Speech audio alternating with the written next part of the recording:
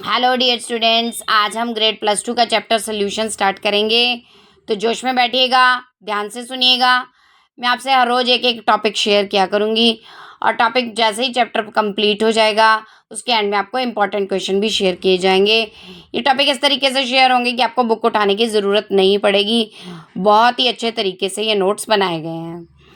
तो सबसे पहले solution is a homogeneous mixture of two और more than two components. Solution एक होमोजीनियस मिक्सचर है, मीन्स इसमें इंडिविजुअल कंपोनेंट्स जो है हमें अलग से नज़र नहीं आएंगे। जितने भी कंपोनेंट होंगे वो सभी एक जैसे नज़र आएंगे। तो वो कंपोनेंट कौन कौन से हैं? Salute and solvent. सल्यूट जो कि स्मॉल अमाउंट में होगा, which is always present in small amount in mass, and solvent which is present in large amount in mass. और यहाँ एक और बात कि सॉल्वेंट से हमें हमेशा सल्यूशन की फिजिकल स्टेट का पता चलता है। तो आइए अब इसका मतलब एक एग्जाम्पल से समझते हैं। फॉर एग्जाम्पल, हमारे पास शुगर सल्यूशन है, मीन्स हमने शुगर डिज़ोल्व की है वाटर में। तो अब जो वाटर में शुगर डिज़ोल्व करते हैं, शुगर वाटर में डिज़ोल्व होती है। तो sugar is a solute and water is a solvent. जो चीज डिजॉल्व होती है that is a solute and it is present in smaller quantity, और जिसमें डिजॉल्व होगी that is a solvent and it is present in large quantity. अब यहाँ पर सॉल्वेंट है वाटर, यानी कि शुगर सोल्यूशन की जो फिजिकल स्टेट है वो लिक्विड होगी। सोल्यूशन की फर्स्ट टाइप है बाइनरी सोल्यूशन, जिसमें दो कंपोनेंट्स होंगे, one solute and one solvent. उसके बाद दूसरी टाइप है टर्नरी सोल्यूशन, जिसमें तीन कंपोनेंट होंगे, दो सल्यूट और एक सॉल्वेंट। एग्जाम्पल मैंने दी हुई है C2H5OH plus CH3COOH plus H2O, जिसमें पहले दो सल्यूट हैं और एंड वाला वाटर जो है वो सॉल्वेंट है।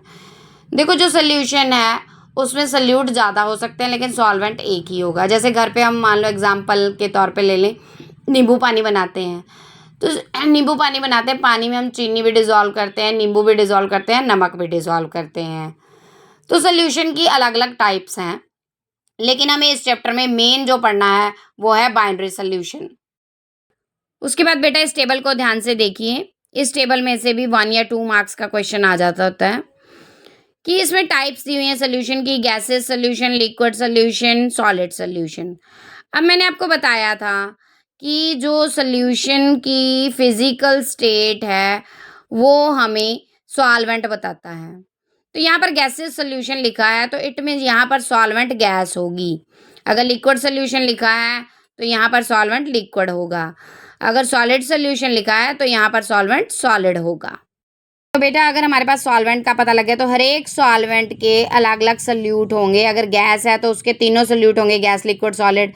सिमिलरली लिक्विड के भी तीनों होंगे, gas, liquid, solid. Similarly solid के भी होंगे। तो इस बेस पे हमारे पास टोटल 3 3 3 9 कैटेगरीज हमारे पास आ गई। तो आपने बेटा इन 9 कैटेगरीज की एग्जाम्पल्स जो है लर्न करनी है। इसमें से ज़्यादा इम्पोर्टेंट है पहले वाली। अगर गैस सॉल्वेंट है और सल्यूट गैस है तो इसकी एग्जांपल होगी mixture of oxygen and nitrogen. उसके बाद आपके पास आ गया, अगर गैस सॉल्वेंट है तो लिक्विड सल्यूट है तो उसकी एग्जांपल होगी chloroform mixed with nitrogen. Similarly gas अगर सॉल्वेंट है और सल्यूट सॉलिड है तो उसकी एग्जांपल होगी कैम्फर इन नाइट्रोजन गैस। तो बेटा इस तरीके से आपने सभी टाइप की एग्जाम्पल लर्न कर लेनी है।